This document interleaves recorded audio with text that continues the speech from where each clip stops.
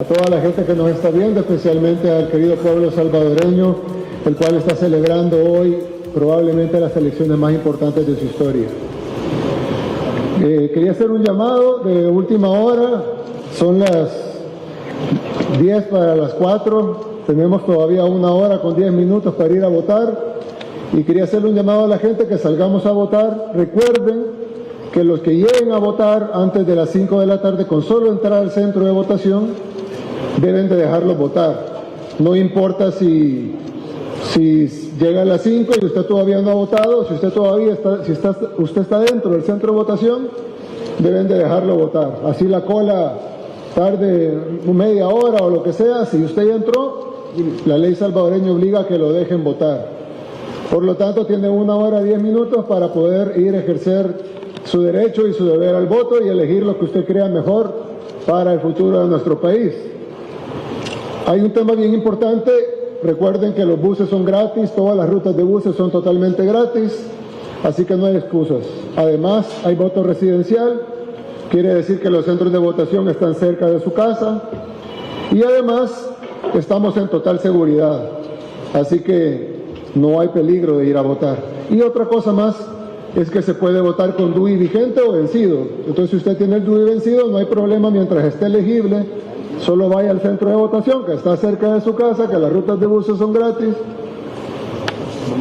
que hay seguridad y puede votar y ser parte de la decisión de qué es lo que queremos los salvadoreños para el futuro de nuestro país. Yo creo que es importante que como ciudadanos cada quien hagamos nuestra parte. Nosotros hemos estado haciendo nuestra parte,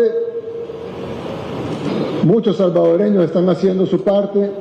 Yo he visto videos de salvadoreños haciendo colas en la lluvia, en el frío, en Nueva York, en Washington, en Maryland.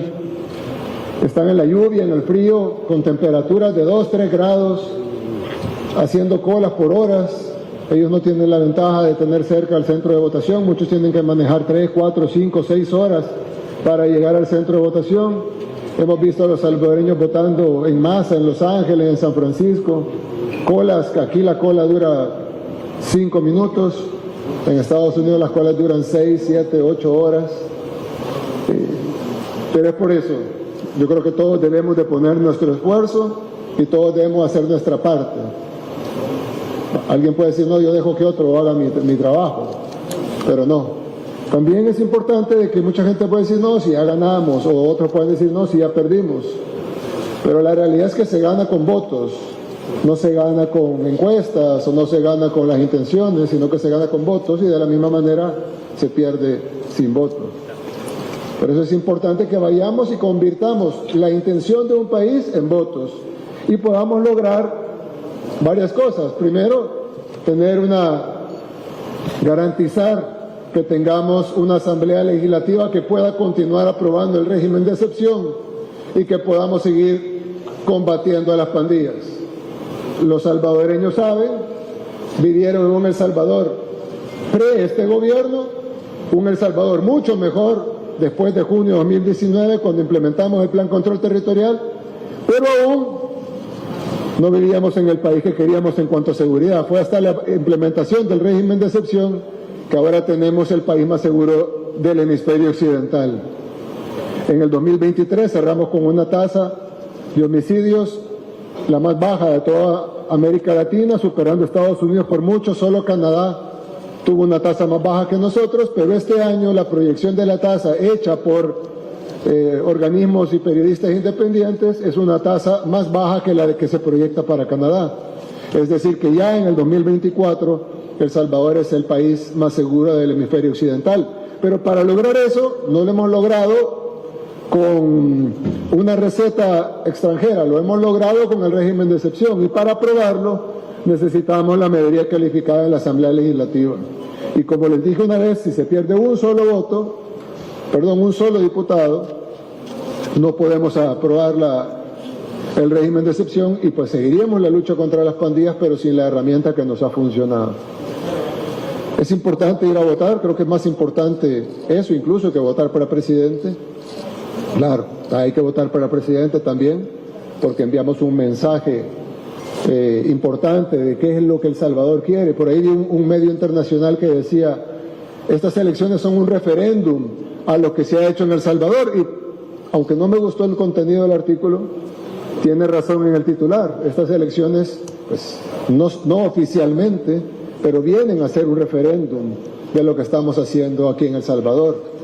Yo creo que tanto los observadores internacionales como los periodistas se han dado cuenta que estas elecciones se han hecho con total transparencia, con total tranquilidad, sin incidentes mayores que los de cualquier país democrático puede tener, y la gente vota con total seguridad, con total tranquilidad, el voto es totalmente secreto, garantizado, y al final va a ser el resultado que va a decir fehacientemente y sin lugar a dudas qué es lo que los salvadoreños quieren. Si es verdad lo que dicen muchos medios internacionales de que los salvadoreños no quieren el camino por alguna manera y una dictadura que los obliga, o una autocracia que los obliga a hacer lo que ellos no quieren, o que están oprimidos por un régimen de excepción que ellos no desean, o si la votación así lo demuestra, vivimos en un país democrático, libre, en donde la población, que es el soberano, que es el que decide, no es ninguna ONG, ni yo, ni ninguna organización internacional, ni mucho menos otro país, ni mucho menos otros gobiernos que tienen sus propios problemas y que no los están solventando. La decisión está en el soberano, y el soberano nuestro no es un rey. Hay países con soberanos hereditarios, nosotros no tenemos eso. Nuestro soberano es el pueblo salvadoreño, y el pueblo salvadoreño decide qué es lo que quiere. Y si el pueblo salvadoreño en las elecciones de hoy le demuestra, no solo al Salvador y no solo a nuestro sistema jurídico y electoral, sino le demuestra al mundo qué es lo que quieren, creo que nadie más tiene ninguna autoridad moral sobre por eso para decir algo más que lo que el pueblo salvadoreño diga en total democracia. Por lo menos para los que creemos en la democracia. Entiendo que habrá otros que creen en el control de las élites o la plutocracia o en el control de los que tienen más dinero o los que tienen más poder, o de repente algunos creen que debemos regresar a la guerra civil o que debemos de regresar a la posguerra. Pero lastimosamente para los que piensan así, los que deciden son los salvadoreños, y son los salvadoreños los que lo van a demostrar libre y secretamente en las urnas. Pero, para repetir el llamado, todavía queda más de una hora 5 minutos. Vayan a los centros de votación, están cerca de la casa, las rutas de buses son gratuitas. Puede votar con DUI vigente o vencido, va a ir en total seguridad, y si llega, digamos, si sale de su casa dentro de media hora y se tarda 20 minutos en llegar al centro de votación, todavía tiene 15 minutos para entrar, y si ya está dentro, así está en la cola y llegan las 5, no importa, siempre lo tienen que dejar votar, siempre y cuando ya haya entrado al centro de votación. Hagamos toda nuestra parte, cada quien hace lo que debe hacer, su parte en la sociedad, y los ciudadanos, una de las cosas que tenemos que hacer es un derecho, pero también un deber moral, un deber ético, un deber ciudadano, no un deber legal, porque nadie los obliga a hacerlo, pero sí es un deber ciudadano ir a votar y expresar en el voto cuál es el camino que quiere para El Salvador. Así que les hago el llamado, salgamos a votar.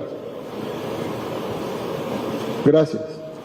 En este momento, habilitamos el espacio de preguntas y respuestas a los medios de comunicación nacionales e internacionales que nos acompañan. Buenas tardes, vamos a iniciar con las preguntas de Willy Grant, del registro del DNC. Buenas tardes, señor presidente. Una pregunta en inglés, si puede ser. Sí, claro, con inglés no hay problema. Thank you. I don't think anybody could suggest that you haven't changed the face of security in El Salvador over the past 5 years. But my question is really about where things go forward from here, and specifically in terms of the thousands who are believed by human rights organisations to no discernible link to gang crime, who are believed being swept up in the dragnet of arrests. Specifically, I've got a case that I've been looking at of a young man called Jose Duval Mata Alvarado, and I can pass obviously on all the details to your team. His mother was bringing food to the prison where he was at. It turns out he'd been moved to the Secot some weeks, months in fact, earlier, while she was faithfully bringing food to the prison.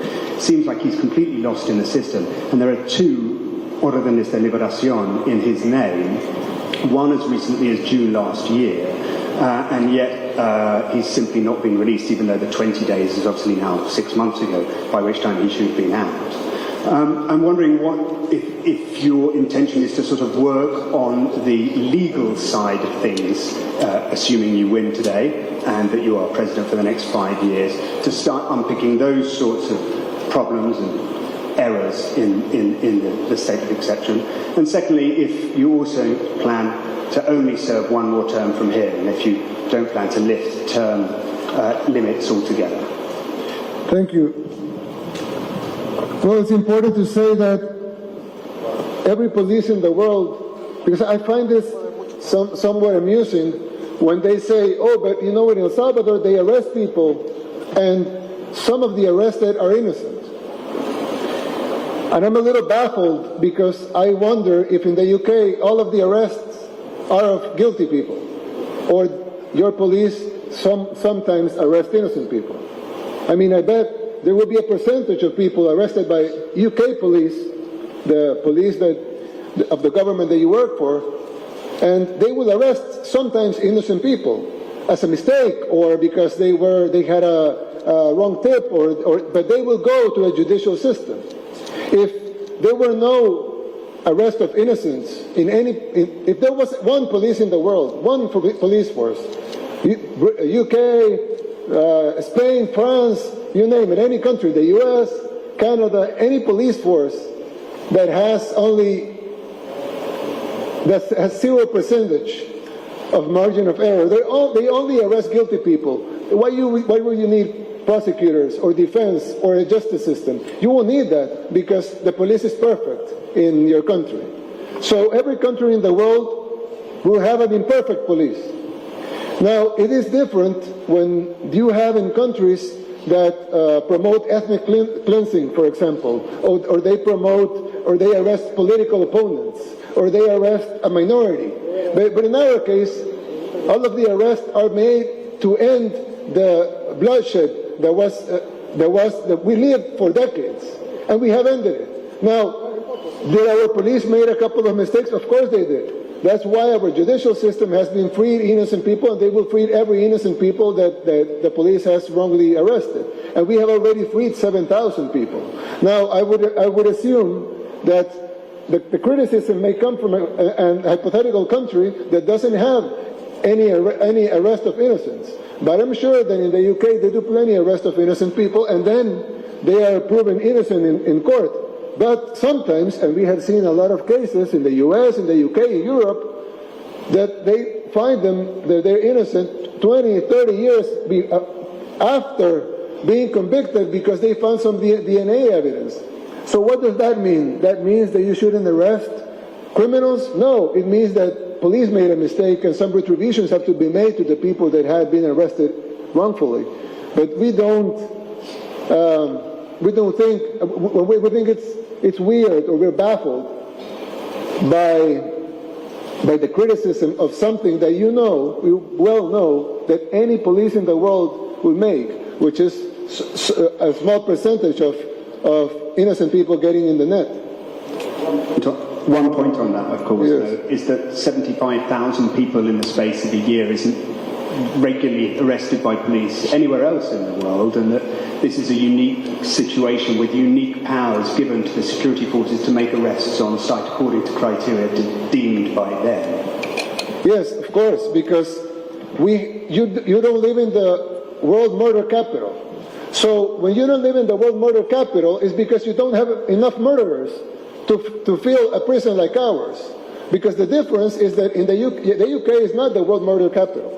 El Salvador was, by your own accounts, the world murder capital. So, if we have the world murder capital, the most dangerous place in the world, the place in the world with the most murders, why is that? Because we have the place in the world with the biggest amount of murderers.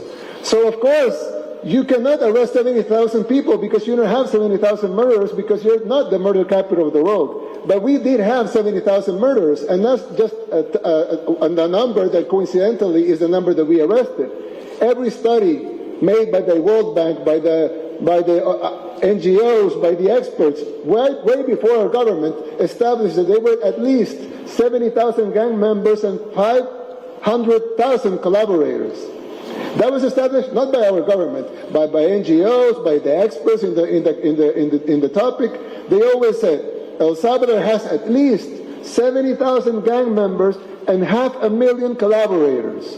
So you would expect that to end that, you would need to arrest 570,000 people. But of course, we want to be careful and don't arrest the lady that probably helped because she thought that she needed to help because her life was in danger. So we're sparing 85% of the tally that the organizations that you finance established way before our government. So why do we have the biggest incarceration rate in the world? Because we changed the murder capital of the world's most dangerous country, into the safest country in the Western Hemisphere.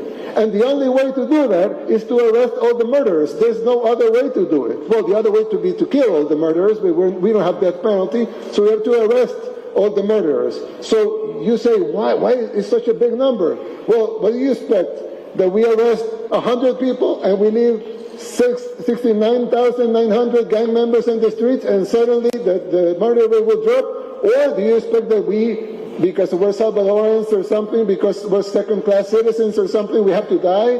They have to kill our families, they have to kill our children, because your liberal ideas of what a democracy should be have to be respected, and we, since we're not using your recipe, then we have to be killed, we have to let our children be killed, we have to let the bloodshed to go on for 50 years because of imported policies from your countries, because your countries had lectured us in the 80s, the war. You had a fight with the Soviet Union, had nothing to do with us. What did you do? You financed El Salvador to fight a war between us, between brothers. And we killed each other, and 85,000 Salvadorans died. After that, 1 million displaced. They went to the U.S., into ghettos. They formed the gangs. Then they deport the gangs. Gangs come here. You send us another recipe. Law to don't arrest minors. Okay? But all the gang members were minors at the time. So gangs grew, and then they terrorized the country. They started killing people, and we became the murder capital of the world. Nobody could solve it. We took the recipes from the OAS, we took the recipes from the UN, we took the recipes from the European Union, we took the recipes from the United States. None of the recipes worked. More bloodshed, more people were dying. So what do? Okay, we do something and we save people. And now we're the safest country in the Western Hemisphere. But suddenly something's bad. Oh, but you shouldn't do that. You should do what I think you should do. Why? Not only we have the right to do what we think is right, and what the Salvadoran people are going to decide whether or not they want this day in free elections, but also we've proven it works. And you haven't proven that your system works in our country. Might work in yours, I don't know. But it doesn't work in ours. It's like I told one time a member of the European Union, I know you Brexited that, but I told a member of the European Union, you take your best government, choose your best government. I don't know what's the best government in Europe, but you choose your best government. Same people, same talent, same experts, same will to do things the right way. You take your best government and you put him to govern Afghanistan and tell them, okay, you govern Afghanistan the same way you govern this European country. They'll be dead in a week because you cannot govern Afghanistan like you govern Europe. So stop trying to make us use your recipes because they don't work here. You have your own system. We don't tell you that you shouldn't have a monarchy. I mean, we're fine with your monarchy. We love your monarchy. It's fine. But we don't say, oh, you shouldn't have a monarchy and you shouldn't have hereditary titles. Why? Because it's your country. You can do whatever you want with it. But suddenly we have to do what you want to do with our country. So what I'm gonna finish the question is that this has been proven by all of you and by all independent sources. El Salvador was turned from the most dangerous place in the world to the safest in the Western Hemisphere. That's not a small feat, and that's not done easily. And nobody in the world has ever done it before, so fast and so clean like we have done it here, with no civilian casualties. So, I don't know. I know it's different. I know the numbers from the UK and ours will be different for maybe a couple of decades. But we're doing our best here, and we're really trying, and the Salvadoran people today are going to vote freely in free and fair elections and in full democracy and choose their own path. Thank you. Escuchamos la siguiente pregunta a cargo del periodista de Univisión. Presidente, muchas gracias por recibirnos en esta rueda de prensa. Todas las encuestas indican que usted obtendrá hoy la reelección. Incluso se habla de una mayoría amplia. De conseguir ese resultado que se espera y que marcan las encuestas, ¿usted piensa que El Salvador necesita una reforma constitucional? Y esa reforma constitucional, si usted considera que se necesita, ¿debería incluir la reelección indefinida? No creo que debería de incluirla, pero hay una cosa importante y que me parece curioso, y lo vi en una entrevista que realizaste hace poco y me la pasaron, el clip. A mí a veces me extraña porque ustedes en su audiencia, que cada vez es menos, y pues creo que ya es como el 5% de lo que era hace unos años, pero todavía tienen alguna, y su audiencia era, y es todavía, mayoritariamente los latinos en Estados Unidos.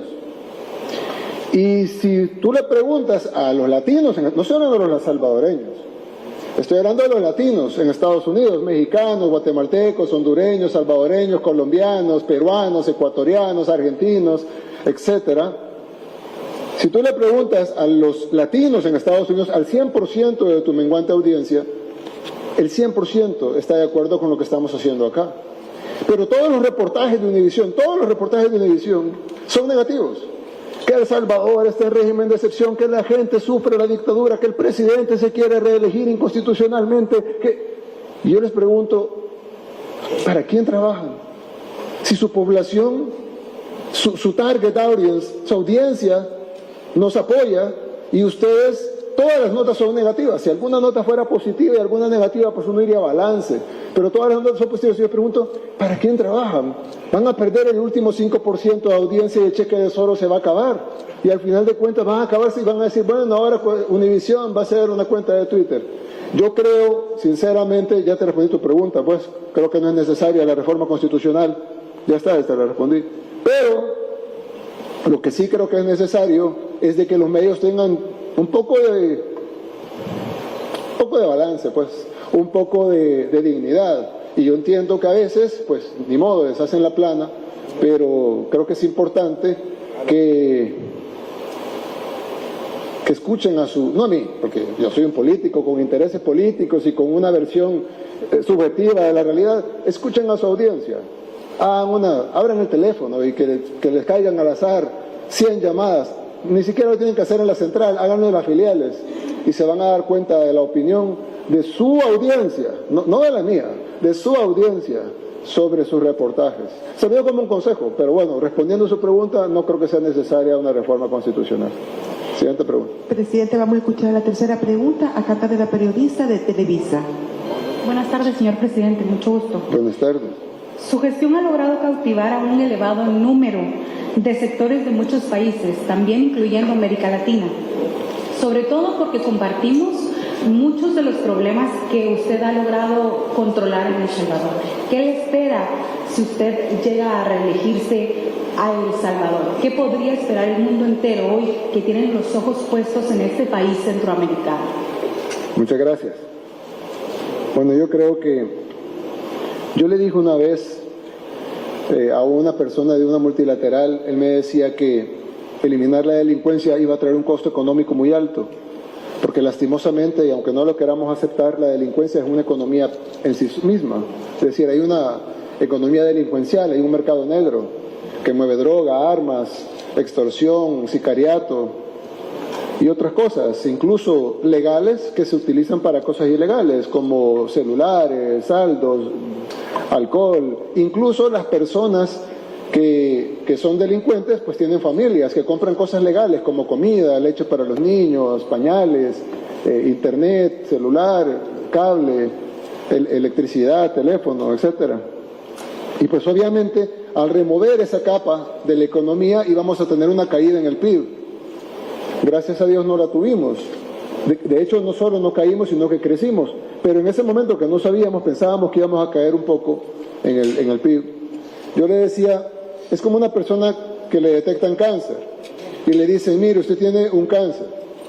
Usted ahorita se ve sano y usted puede continuar así, pero tarde o temprano el cáncer va a hacer metástasis y luego va a seguir y usted va a terminar muriendo de ese cáncer.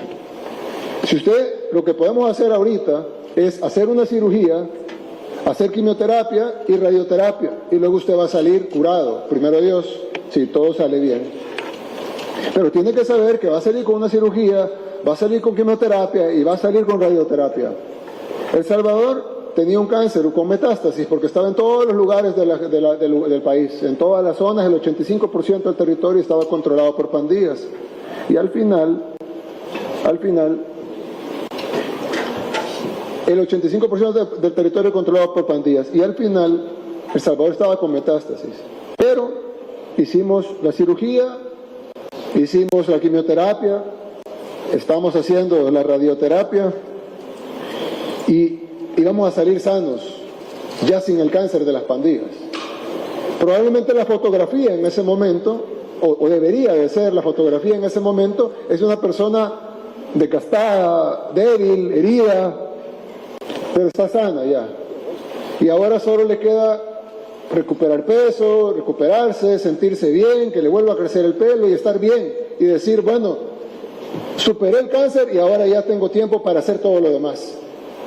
Y luego pues podré viajar y estar con mi familia y emprender mi negocio. Pero primero tengo que resolver lo urgente, lo que me está matando. Entonces nosotros en El Salvador resolvimos literalmente lo que nos está matando. Y gracias a Dios, nuestra fotografía actualmente no es tan mala como se esperaba, porque de hecho crecimos en el PIB, no tuvimos la caída que los expertos decían que íbamos a tener. Tal vez no crecimos como hubiéramos querido, pero crecimos. Y entonces, ahora yo creo que lo que viene para El Salvador es un periodo de prosperidad, porque ya no hay freno para poner un negocio, ya no hay freno para estudiar, ya no hay freno para trabajar, ya no hay freno para el turismo, ya no hay freno para los cientos de miles de salvadoreños que quieren regresar, que emigraron en su momento, pero ya tienen la solidez financiera o la tranquilidad para poder regresar a su país, a su casa, donde los invitamos y los queremos de regreso, los que puedan. Otros no van a poder regresar, pero podrán venir de turistas, o podrán venir algunos días, o podrán tener una segunda casa acá, o cuando haga frío allá pueden venir acá de verano, bueno, aquí siempre es verano casi. Entonces, si nosotros hemos ya superado nuestro cáncer con metástasis, que eran las pandillas, ahora solo queda recuperarnos y ser la persona que siempre quisimos ser, que nunca pudimos porque lastimosamente estuvimos importando violencia, escuchando las recetas del exterior, desangrándonos entre nosotros, y tenemos los 12 años de la guerra civil, más los 30 años posteriores, más los 10 años de la guerra civil anteriores, donde empezó realmente la guerra. Son 50 años de sufrimiento y de derramamiento de sangre que acabaron hace poco. Y entonces creo que El Salvador, después de medio siglo de sufrir, ahora es nuestro tiempo de salir adelante. Muchas gracias. Finalizamos la conferencia de prensa con la pregunta de la periodista argentina del medio La Nación. Presidente, soy Julieta Nassau del diario La Nación de Argentina. En el último tiempo, tanto el presidente Javier Milei como ministros de su gobierno han elogiado su modelo de seguridad como su reforma electoral. Le quería preguntar en ese sentido si usted cree que el modelo de El Salvador se puede replicar en la Argentina, y también saber cuál es su vínculo actual con Milei y si hay en curso algún tipo de colaboración o asesoramiento en cuanto a medidas de seguridad. Bueno, en primer lugar un saludo al pueblo argentino. Yo creo que todos los países tienen diferencias y está claro, así como le decía yo al reportero de la BBC, que El Salvador no es el Reino Unido, pues lo mismo se pudiera decir que El Salvador tampoco es Argentina, y que hay diferencias entre los problemas de Argentina y los problemas de El Salvador. Incluso el problema de seguridad argentina que existe no es tal vez tan apremiante como lo era en El Salvador, y por ende las medidas que pueden ser compartidas de parte de nosotros para lo que pueda ser aplicado en Argentina, pero de repente no tendrían que ser tan drásticas porque no necesitan resolver un problema tan grande como el nuestro. Como el problema es más pequeño, tal vez el medicamento puede ser más pequeño también. Ahora, hay similitudes, sobre todo el hecho que somos latinoamericanos, hay similitudes culturales, hay similitudes entre cómo se forman los fenómenos delincuenciales, en los que se forman generalmente producto de la pobreza, y hay bastantes similitudes en las cuales se pueden tomar como ejemplos lo que pasa en El Salvador y lo que pasa en otras partes del mundo. Nosotros hemos ofrecido oficialmente a la ministra Bullrich no asesoría, porque creo que no es esa la palabra, sino la colaboración que ellos necesitan en todos los temas de seguridad, que es lo que hemos platicado, pero cualquier otro también. Pero sí, yo creería que el problema en Argentina es más pequeño, preocupante, sobre todo en Rosario, en algunas zonas, pero es más pequeño que El Salvador y por ende, si bien se pueden aplicar algunas cosas y sería, creo yo, positivo aplicarlas, no tendría que ser tan drástico porque el problema, comparado al que teníamos en El Salvador, la capital mundial de los homicidios, creo que es bastante menor como para aplicar un medicamento menor. En el tema del presidente Milei, yo solo he hablado una vez con él, fue una conversación bastante larga para lo que era, porque yo lo hablé para felicitarlo por su triunfo, y pues nos quedamos hablando un montón de tiempo, y me dio un panorama de Argentina muy difícil. Él no había asumido todavía como presidente, era presidente electo. Me dio un panorama de Argentina muy difícil, y sobre todo en lo económico, en el tema de las divisas, en el tema de la inflación, etcétera. Va a ser muy duro enfrentarlo, de cualquier manera que se haga. Entiendo que hay mucho talento y mucha gente muy inteligente con él, aparte de que él es una persona inteligente también, pero va a ser difícil resolverlo. Yo en lo personal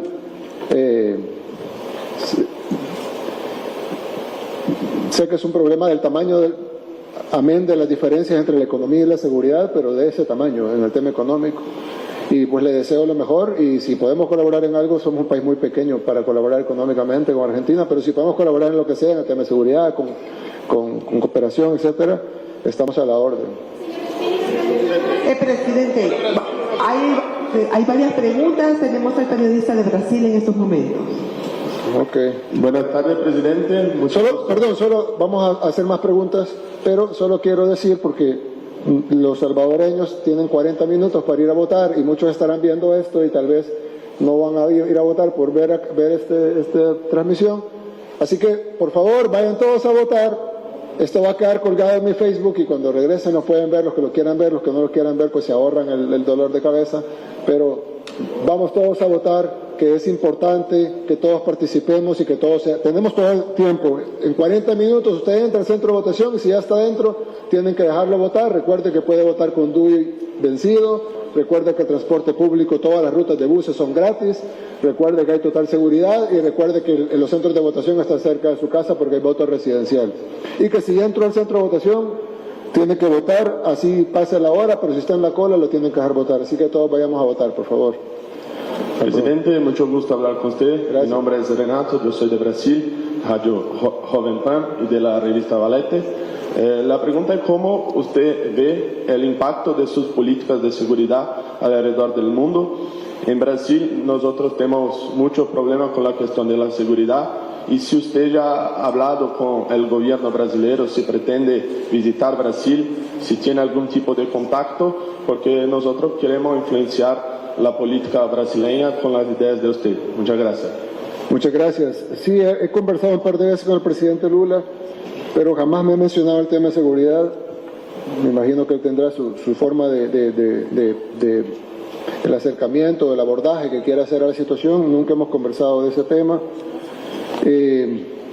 Yo creo que El Salvador lo que le muestra al mundo es que todos los problemas tienen solución cuando hay voluntad política. Hay gente que dice, pero El Salvador es pequeño y por lo tanto El Salvador se puede arreglar, pero en un país grande no se puede arreglar. Bueno, así me decían a mí cuando era alcalde de Nuevo Cuscatlán y corrí para alcalde de la capital. Decían, pero Nuevo Cuscatlán es pequeño y San Salvador es una ciudad grande, es la capital, no va a poder manejar la capital. Y cuando fuimos a la capital y hicimos un buen trabajo en la capital, la gente decía, bueno, pero una cosa es ser alcalde y otra cosa es ser presidente. Los problemas de un presidente son diferentes a los de un alcalde. Bueno, aquí estamos, solucionando el problema más grande del país y ahora en camino a solucionar los demás. Entonces, yo lo que le digo a cualquier persona que diga, no, es que no se pueden solucionar los problemas porque son muy grandes o porque son muy difíciles, imagínense lo difícil que es tener el país más pequeño de Latinoamérica, por ende el país con menos recursos territoriales, con pocos recursos económicos, con ejército pequeño, con una policía pequeña, y tener el récord no de Centroamérica, ni de Latinoamérica, ni del hemisferio occidental, tener el récord del país más peligroso de todo el mundo. Es un problema grande con pocos recursos para solucionarlo, y lo solucionamos, y rápido, y de una manera limpia, sin costo grande para los salvadoreños, y con aprobación del pueblo, porque eso sería otra cosa. Yo pudiera decir de todo, pero si la gente en la calle dijera, no nos gusta lo que ese presidente está haciendo, pues entonces tal vez yo estoy equivocado. Pero si nosotros decimos eso y la gente está contenta, pues es una validación. Entonces yo creo que lo que El Salvador está haciendo probablemente tendrá muchas diferencias con lo que necesita hacer Brasil, pero sí lo que a muchos gobiernos les molesta es que El Salvador demuestra que todo se puede hacer con voluntad, y que cuando un país no resuelve su problema, sobre todo de delincuencia, es porque no hay voluntad de resolverlos, y en algunos casos porque son socios de los delincuentes. Y entonces, pues obviamente no van a atacar a sus socios. Atacar la delincuencia tiene muchos costos, pero el primero para un socio de los delincuentes es que pierde su negocio. Tiene que ser alguien que no le importen los delincuentes, que no le importe la economía criminal, que esté dispuesto a quebrar la economía criminal y a poner los delincuentes a la cárcel para que lo pueda solucionar. Entonces, ¿la receta de El Salvador se puede aplicar copy-paste en otro país del mundo? Lo dudo. Pero el ejemplo de El Salvador puede servir, que un país tan pequeño, tan pobre como El Salvador está solucionando sus problemas con voluntad política y apoyo del pueblo, sí. Y por eso ese ejemplo aplica en Brasil y en cualquier país del mundo. Escuchamos la siguiente pregunta a cargo del periodista del periódico El País. Hola, presidente. Mucho gusto en saludarte. Su vicepresidente, Félix Ulloa, ha dicho que están sustituyendo la democracia por algo nuevo. ¿Podría decirme qué es ese algo nuevo? No sé si dijo eso. Tendría que... New York Times. Tendría que escuchar la grabación. Yo no le creo nada al New York Times, nada. Pero bien, te voy a decir lo que digo yo. Ya lo que diga él se lo puedes preguntar a él. Yo no soy el vicepresidente. Nosotros no estamos sustituyendo la democracia, porque El Salvador jamás tuvo democracia. Esta es la primera vez en la historia que El Salvador tiene democracia. Y no lo digo yo, lo dice el pueblo, que la definición de democracia, la real, no la inventada por las élites, es demos y kratos, el poder del pueblo. No dice la élite o la ONG o el periódico Lo País, no, dice el poder del pueblo, demos, kratos. El pueblo, demos, que tiene el poder, kratos, dice, queremos un régimen de excepción, queremos la política de seguridad del presidente. Y hoy en unas horas vamos a saber si quieren que continúe este presidente y vamos a saber si quieren que continúe o qué configuración quieren de la Asamblea Legislativa. Ellos pueden decidir en una Asamblea Legislativa balanceada, pueden darle mayoría a la oposición, pueden darle, no la mayoría ni la mitad, pero una minoría que les sirva para bloquear algunas cosas como préstamos o elección del fiscal general o elección de magistrados de la Corte Suprema de Justicia, o pueden elegir a un presidente que ya saben cómo trabaja y pueden elegir también a una Asamblea Legislativa con una configuración todavía mayor a la actual, a favor de lo que el gobierno está haciendo. Si el demos, con su kratos, dice que eso quiere, eso es democracia.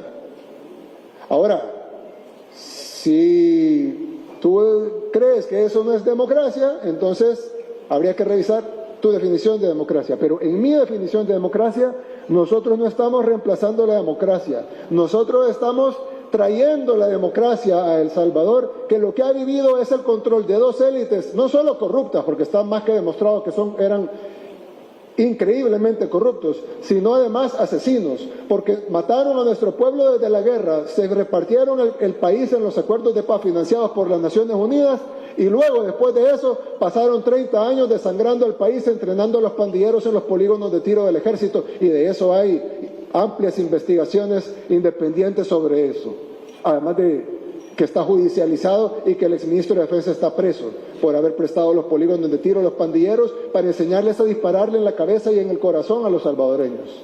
Porque no les enseñaba a pegarles en las patas, les enseñaba a pegar en la cabeza y en el corazón.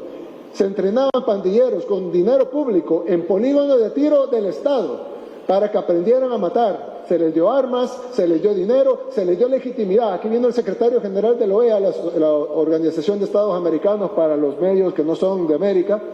Vino el secretario general de la OEA a abrazarse con los pandilleros, a decirles que ellos tenían que tener legitimidad y a darles la posibilidad de convertirse en partido político. Entonces, esa es la democracia. Democracia. Pero eso no tiene nada de democracia, eso es lo que a ustedes le han puesto democracia, que lo único que tiene es que no es democracia. Es el sufrimiento del pueblo a través de las élites. Nosotros estamos sustituyendo, eliminando ese sistema por la democracia real que al fin tiene El Salvador, que es que el pueblo salvadoreño puede decidir su futuro en total libertad y tranquilidad. Y con la seguridad de que no te van a matar en la calle, ni te van a robar tu cámara, ni va a venir un policía y te la va a quitar, porque aquí, como pueden ver todos los periodistas son libres de grabar, de preguntar, de ir a donde quieran. Es más, dicen, uy, la cárcel es de Bukele, pero son los únicos periodistas que entran a las cárceles de Bukele, porque en otros países no permiten entrar a las cárceles, y a los que permiten entrar a las cárceles, de repente, cualquier país de Latinoamérica, ¿cuántos periodistas muertos, cuántos periodistas presos? En El Salvador, ningún periodista muerto, ningún periodista preso, ustedes andan totalmente con total libertad. No sé, es como que si ustedes no quisieran creerle a sus ojos y quisieran creerle a lo que viene de Europa. En una oficina alguien escribe una cosa en el ordenador, como le llaman ustedes, se las envían al celular, ¡pum! El Salvador es dictadura, la gente está oprimida, los periodistas no pueden hacer su trabajo. Sí, señor, pero usted ve que no es dictadura, que la gente está votando en democracia, ve que la gente no está oprimida, le pregunta al pueblo, no, yo no estoy oprimido, estoy feliz. Voy a ir a preguntar a otro lado, va a preguntar a otro lado, va a una comunidad, estamos felices, ve las elecciones libres, el presidente gana con un montón de votos, la gente elige una mayoría inédita en la historia de la democracia moderna. No, pero aquí dice que es dictadura. Y que los periodistas no podemos trabajar, pero tú puedes trabajar y todos los demás. Y entonces tú le preguntas a tus compañeros, ¿ustedes pueden trabajar? Sí, todos podemos trabajar, pero aquí dice que no podemos trabajar. Voy a escribir que el periodismo está acechado en El Salvador y que no puede trabajar. Yo de verdad no sé quién les metió en la cabeza cosas que ustedes con sus propios ojos, es decir, si tienen un respeto por su profesión, vean con sus propios ojos, agarren esos micrófonos, esas grabadoras, esas libretas, vayan donde la población, pregúntenle, apunten la respuesta, consignen eso en el periódico, peleen en la mesa editorial que se lo publiquen y que sea la realidad de lo que ustedes vieron en El Salvador. Pero vienen a El Salvador, toman la fotografía, en un caso yo estaba haciéndole así, que había alto, bajo, me toman la foto así, me ponen como que soy Hitler. Es decir, yo lo que digo es, ¿cuándo va a regresar la dignidad del periodismo, por Dios? Yo admiraba el periodismo hace 20 años. Gracias a Dios no me dediqué a eso, porque es increíble cómo les han destruido la independencia mental. No pueden ver la realidad que tienen en los ojos. Aquí están en El Salvador, en total libertad, caminan por la calle en libertad, le preguntan a la gente en libertad y van a consignar en su periódico, estoy seguro, que El Salvador vive en una dictadura, que no hay democracia y que el periodismo es perseguido. No sé qué decirte. Sí. Continuamos con la siguiente pregunta a cargo de la periodista independiente Berberena. Elena Berberana, periodista independiente, periodista española, Nayib Bukele, muchísimas gracias. Precisamente a colación sobre todo lo que está diciendo, la verdad es que permíteme que corrobore también esto que le llaman lo país, y en lo país, como periodista española lo puedo decir, soy independiente precisamente por eso que usted está diciendo. ¿Qué cree usted que hay detrás de toda esta prensa que está manipulando estos medios de comunicación, que le dirigen a usted un ataque continuo y que incluso hemos visto esta mañana los diarios en España cómo decían que iba a instaurar un partido único y sin embargo todos estos periodistas están siendo testigos de que, como yo, de que aquí hay una democracia completamente limpia, observadores internacionales, centenares de ellos, después un ambiente de fiesta increíble. Yo misma estuve anoche, tengo que decir, andando sola por el San Salvador para corroborar como periodista que es cierto esos datos que matan el relato. Y quería preguntarle, ¿qué cree usted, Nayib Bukele, que hay detrás de todo esto? ¿Por qué no se fijan en esos datos? ¿Por qué el periodismo ha muerto? Es bueno, cierto. ya ven. Claro. Es que ellos, es difícil aceptar que te han lavado el cerebro. Y les haya doler cuando tú decís eso. En el fondo saben que es verdad, pero no pueden aceptarlo, porque significaría aceptar que su trabajo es engañar a la gente. Hay una razón que veo yo nada más. El Salvador no es un país grande, no es un país rico, no es un país con grandes recursos naturales. Tenemos un país hermoso, playas, pero no tenemos petróleo, no tenemos grandes minas de oro o de diamantes. Y entonces, ¿cuál pudiera ser el interés? Pero está claro que hay un ataque orquestado de muchos medios internacionales. Entonces, yo sinceramente creo que el problema de El Salvador es que ellos tenían un plan para todos nuestros países y les ha funcionado perfectamente en Ecuador, le funcionó perfectamente en Colombia, le funcionó perfectamente en muchos países. Y todos los países fueron cayendo. Mira la realidad de Chile. Chile para nosotros era el país de ensueño en Latinoamérica, era el país más desarrollado de toda Latinoamérica, el país que estaba a un paso del primer mundo. Y mira cómo va ahora, un país tan pulcro, precioso como Chile, cómo está cayendo. Y cuando vemos eso, el plan estaba funcionando perfecto. Meter estas ideologías totalmente sin sentido común, estas soluciones como, hay criminales, ya sé, quitemos las leyes contra los criminales, hay mucho crimen, quitemos los fondos a la policía, hay mucha droga, repartamos droga a los jóvenes. Es decir, pareciera como que todo lo que se tiene que hacer se decide hacer al revés. Pero claro, tontos no son. Entonces ellos saben escribir motivaciones y argumentaciones por los cuales esas políticas que no tienen sentido común son buenas.